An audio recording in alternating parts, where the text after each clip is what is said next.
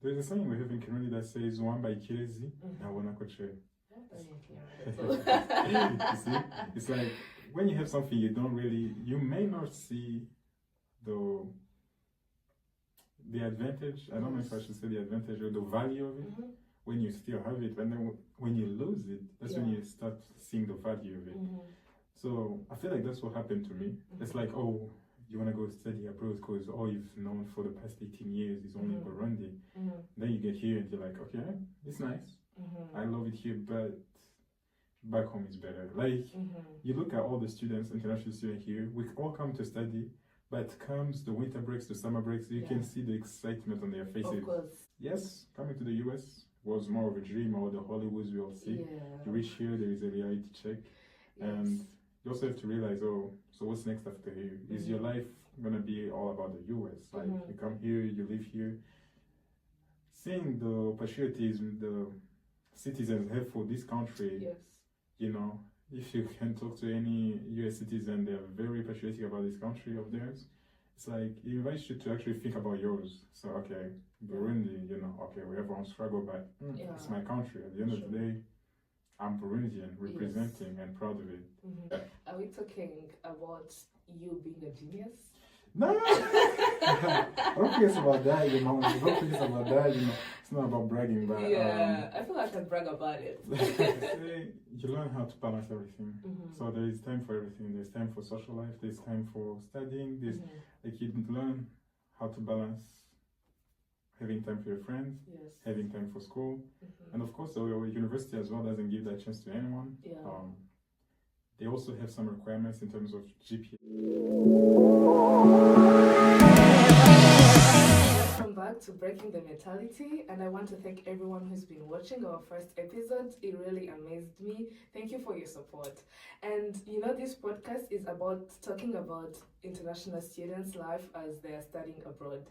But today we're going to dive into a subject or a topic every student can relate to, and that is academics.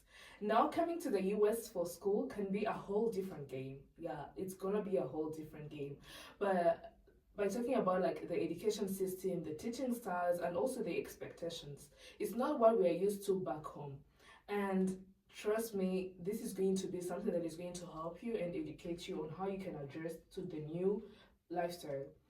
But don't just take my word for it. Joining me today, I have a special guest, and he's a Burundian student who is going to share all the highs and lows of or adjusting to academics in the US. I want to first welcome you to the show. Thank you. Thank you so much for being here. Can you please introduce yourself? Thank you for inviting me. My name is Daniel Ndayegamiye. I am currently in my last semester in college, and I am majoring in computer science. I am working on my bachelor and my master's at the same time, graduating this May.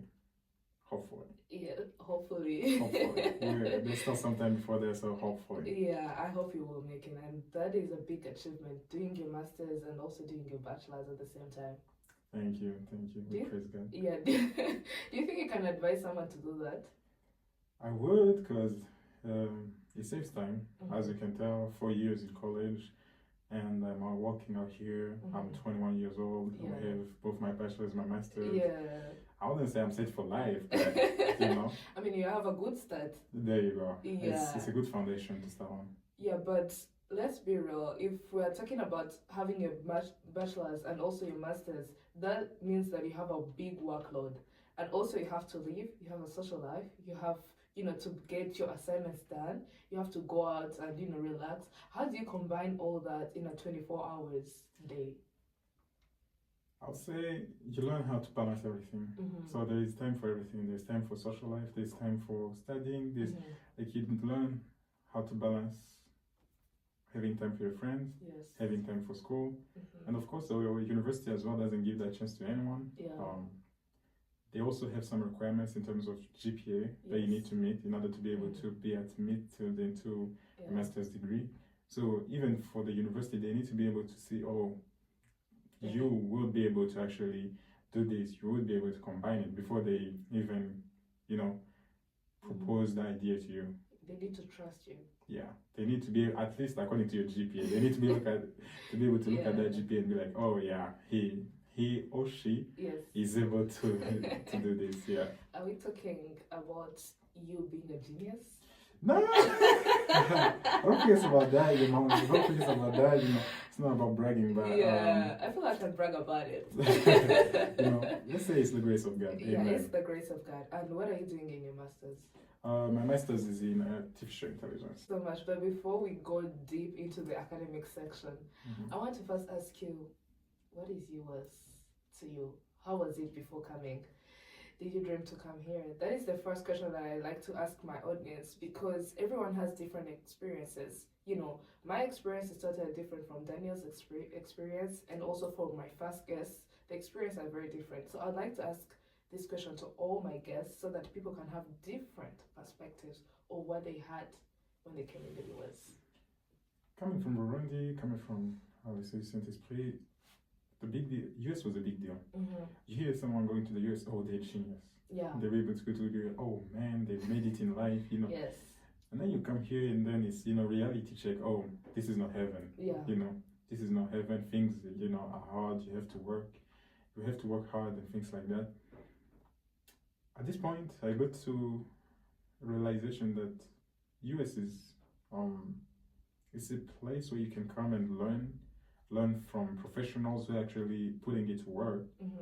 But again, I'm starting to realize, oh, back home there's better chance or more opportunities to use what you're learning here. Yes. So, yes, coming to the US was more of a dream, or the Hollywoods we all see. Yeah. You reach here, there is a reality check. Yes. And you also have to realize, oh, so what's next after here? Is your life gonna be all about the US? Like you come here, you live here, seeing the patriotism the citizens have for this country. Yes. You know, if you can talk to any US citizen, they're very patriotic about this country of theirs. It's like it invites you to actually think about yours. So okay, Burundi, you know, okay, we have our own struggle, but it's my country. At the end of the day, I'm Burundian, representing and proud of it. And it puts you in that mindset where you, okay, what can I do about it now? Are you trying to tell us that when you came to the US, you're very open to your identity? You're very open to how precious your home is? Because you just talk about how people come here and they start to feel patriotic because of what they are seeing here. So do you mean that when you go outside of your country, outside of your home, you try to see how precious how precious back home is? That's what you try to mean. There's a saying we have in Kirundi that says "One by Kirezi, na wana koche." You see, it's like when you have something you don't really, you may not see the advantage. I don't know if I should say the advantage or the value of it when you still have it, and then when you lose it, that's when you start seeing the value of it. So I feel like that's what happened to me. It's like, oh, you want to go study abroad because all you've known for the past 18 years is only Burundi. Then you get here and you're like, okay, it's nice. I love it here, but back home is better. Like, you look at all the students, international students here, we all come to study, but comes the winter breaks, the summer breaks, you can see the excitement on their faces. Of course. Like when it comes to, oh, I'm about to go home, everyone is excited. Like, everyone is excited to go home. There's no one who, at least so much as far as I know, no one looks at it in a dreadful way. It's like excited, and you're like, why? We were so excited to come here in the first place, so why are we so excited to leave it? Yeah, to go back. Yeah. So. Yeah, I get it. So are we expecting Daniel to go back home in July? If you invite me on this podcast again, if I have the opportunity, we'll talk more about that. About, you know, what my future looks like. Stay tuned. Okay, Daniel, thank you so much. So let's dive into academics. I want to first ask you, what was your biggest academic adjustment when you came in the US? I guess I'll say it's the freedom. What I mean by that is, you come to the US, you come to college, I guess it's college in general, and then you have too much freedom. For example, you have classes like, oh, you don't have, the attendance is not required. Yes. First time I was confronted to such, you know, I grew up in high school, you have to attend, unless you have like a note from the doctor or something like that, you actually have to come to school. If you don't, you actually, you know, you get punished for it. But then you come here and it's like, oh, attendance is not required. So you have the 8 a.m. class, and you're like, oh, it's up to you to know. I have to wait to discipline yourself, basically. Yes. It's up to you to know you have to wake up at a certain time to go to class and come back, and combine that with work and stuff. Yes. And at some point, it's tempting to be like, oh, I'm tired today. You know, yesterday I had work until 10 p.m. Why go to class? So the biggest for me, it was hard to adjust in terms of knowing how to discipline myself. Yes. So knowing, oh, attendance is not required, that doesn't mean that you shouldn't go to class. Like when it comes to exams and assignments, that's when you realize, oh, you actually need to go to class. Yeah. So attendance may not be required, and you have much freedom in so many areas. Yeah. So it's up to you to know what is good for you, how to discipline yourself. Yeah. So basically, it's more of you grow up fast. I don't know if I should say by force. It's like you have no other option. You have to grow up. If you were used to your mom, your dad telling you to do this and this and this, there's no other option than that. Yeah. People are gonna have their own opinion on how you do this and this. You have to be able to decide and know why you're doing what you do. Yeah. Yeah.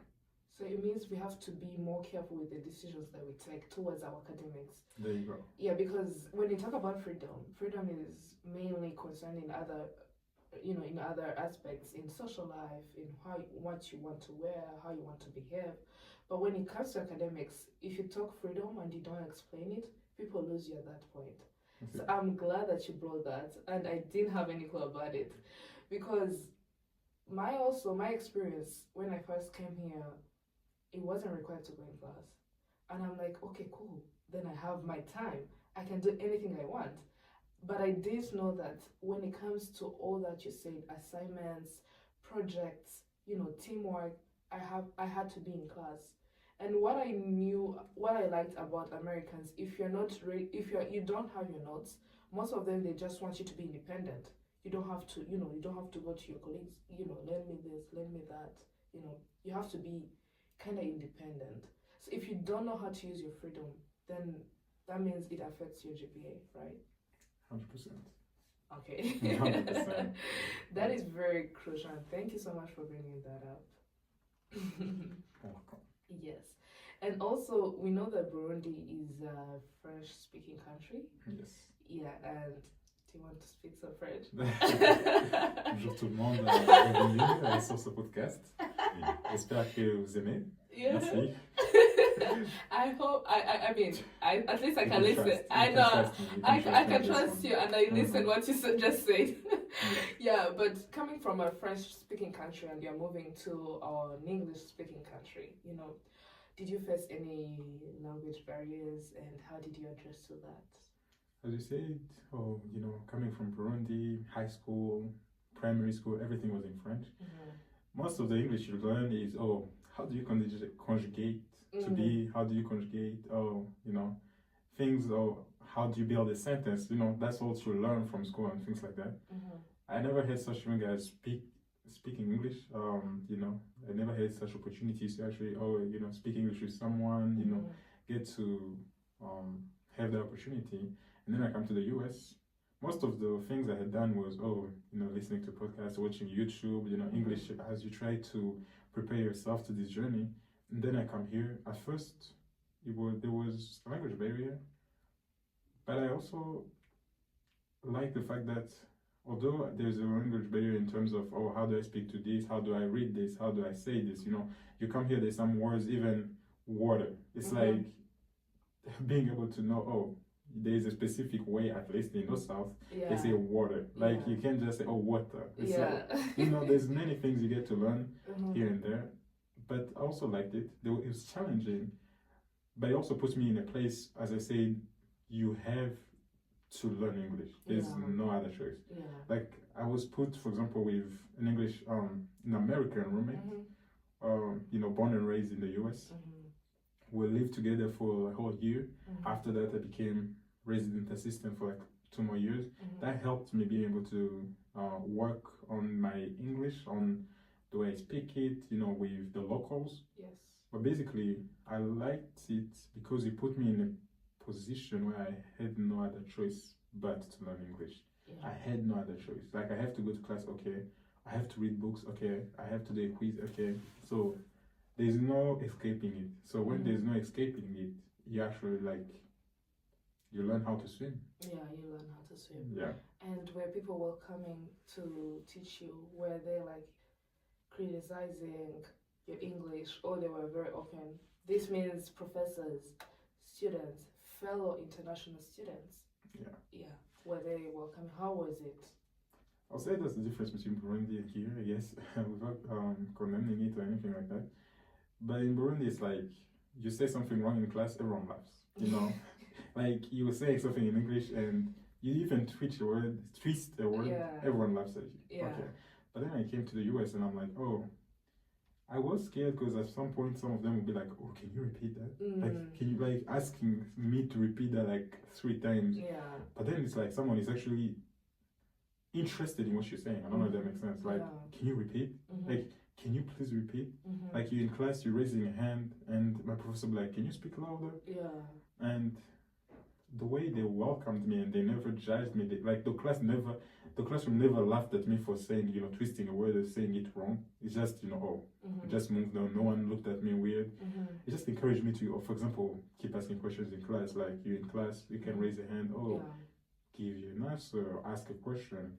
And it's that culture that I like the most. Like, yes, you're not super fluent in English, but then no one is judging you for that. Even people are even praising you for that. Like, people would hear me speaking and be like, I can hear some French accent in your English. Like, can you speak French or something? You know, and I say something in French and they're impressed and things like that. It's like, oh, like this idea that what you have, like whether it's your French, whether it's your Kirundi, whether it's your Rwanda, it's not a handicap. It's more of a blessing. Like, people look at you like, how were you able to learn 2, 3 languages? Like, in you only 19, 18? Wow, it's crazy. You're amazing. So it's like themselves, the Americans are amazed by the fact that you're able to come here and adapt so quickly. So whereas us, we tend to judge ourselves like, oh, I should have adapted quicker than this, faster than this.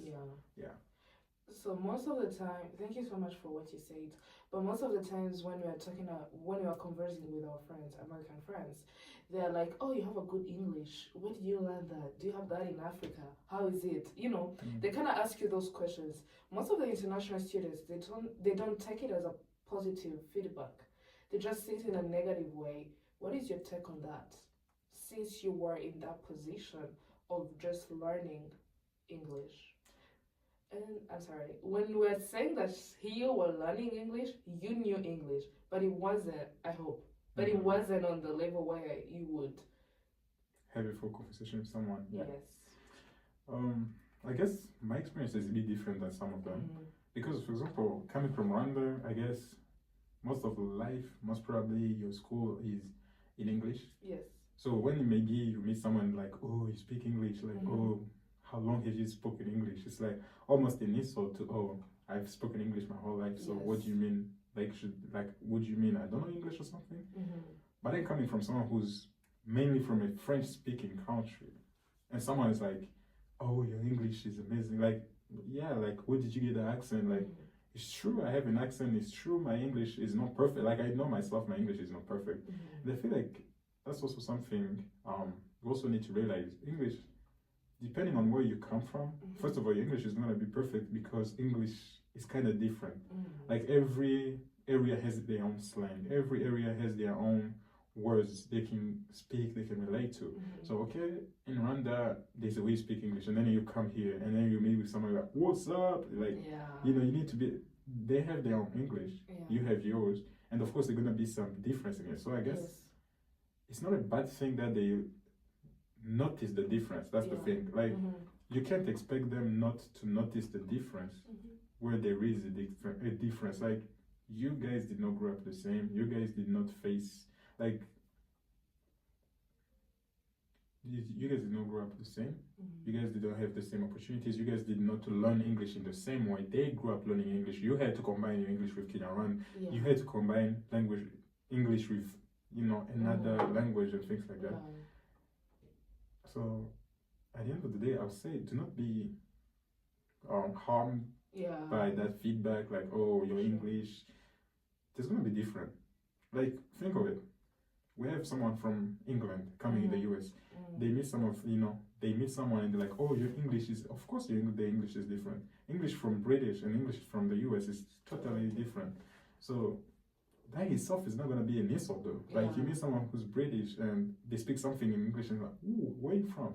They may be from Australia, they may be from England.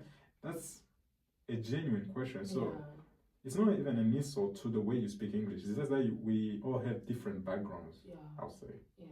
Yes. I think you explained it very well. And thank you so much for saying it. Because what you're trying to mean is like, let us put ourselves in their shoes and see and look that according to their angle. And we can also ask that question too. If they ask that international students, African, they can also ask Europeans. They can ask other people. It's not about international students mainly in Africa. That's what you're trying to say. Yeah, thank you so much for saying that. And also as we're studying this, you just say that when you came in the US, everyone was like, you made it. You're gonna do this, you're very different from us, right? So I wanna ask you, do you feel pressure to excel academically because you're studying in the US? I feel like there's pressure, but I don't think it's also a bad thing. Like there's pressure to realize the chance you've been given, the opportunity you've been given were not handed to anyone else. So the pressure is use the opportunities you're given in the best way you can. That's what you have learned. Like there's pressure to excel academically, but for me, the best thing, what I usually do, I have this principle. I don't want to have any regrets at the end of the day.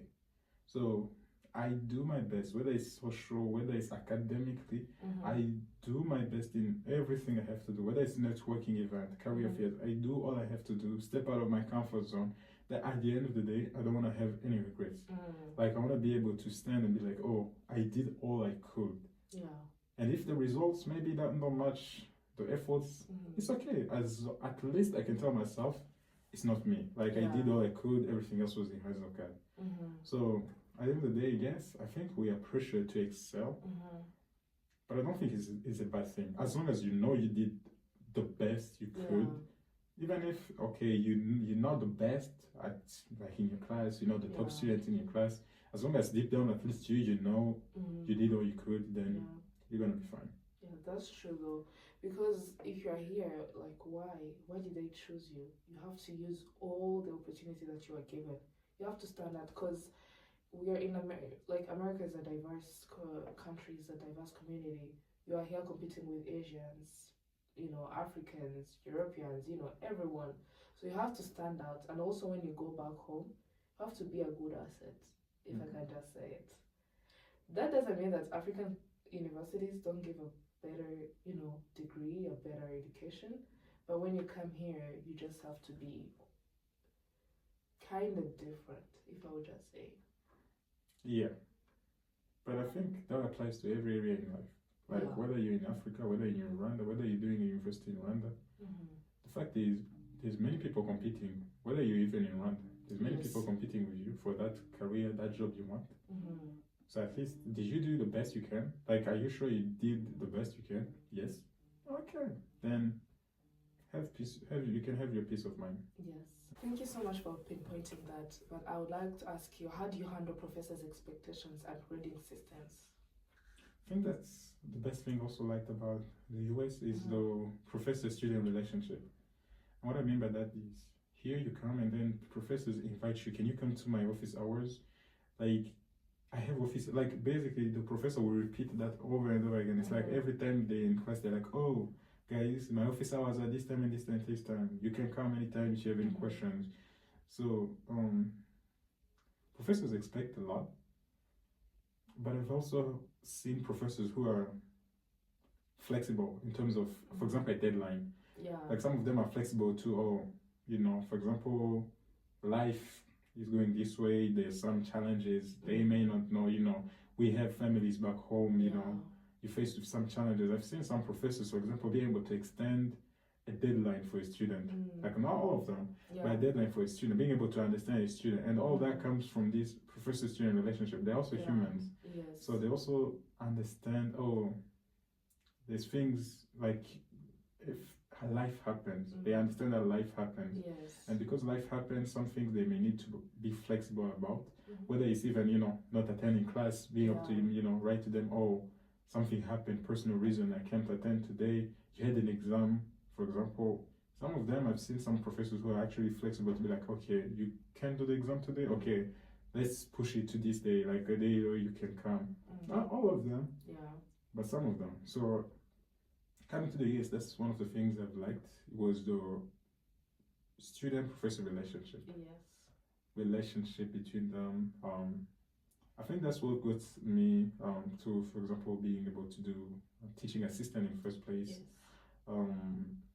A professor, being able to sit down with a professor and him telling me, I think you will be able to help other students by tutoring them, and being offered this position, which I've kept for what, 3 years now.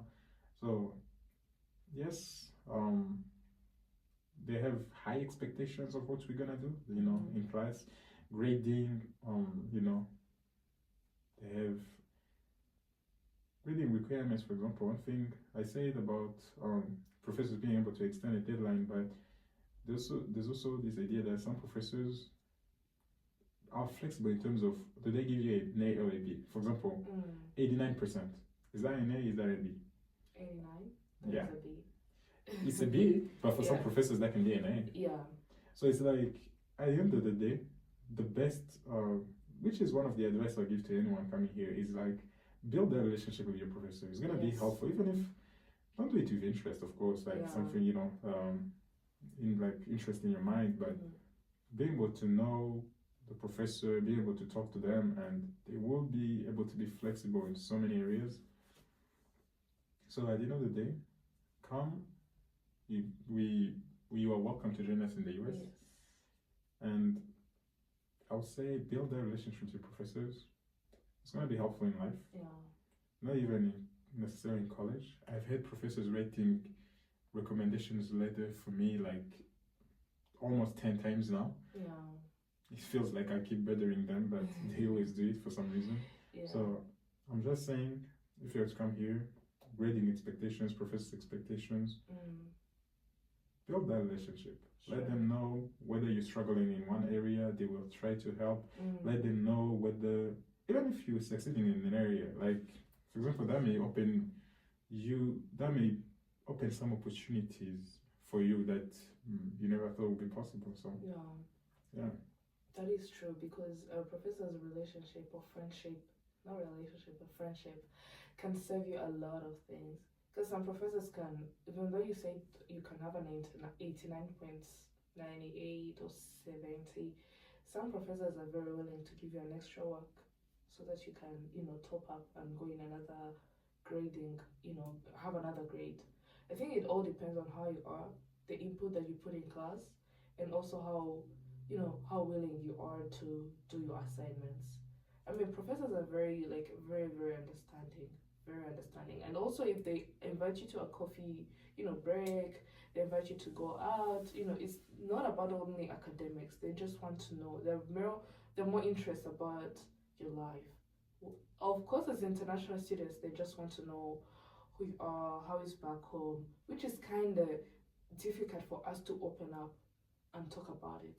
But they have good intentions when they're doing that. Yeah.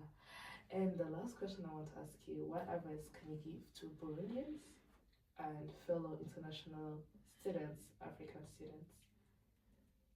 Besides all this talk about professors and, you know, building a friendship with them, at the end of the day, I think it comes down to, oh, have you done the best you can? Like, have you done the best you could?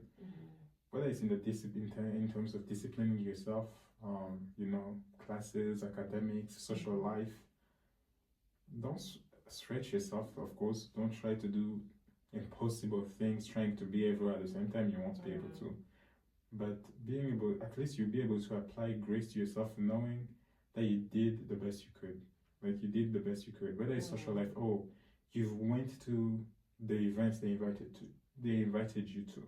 Whether it's academics, you've been attending classes. Whether it's work, you've been applying to jobs. It's like, you did the best you could. Now it's in the hands of God. There's so much you cannot control. You don't have a control over.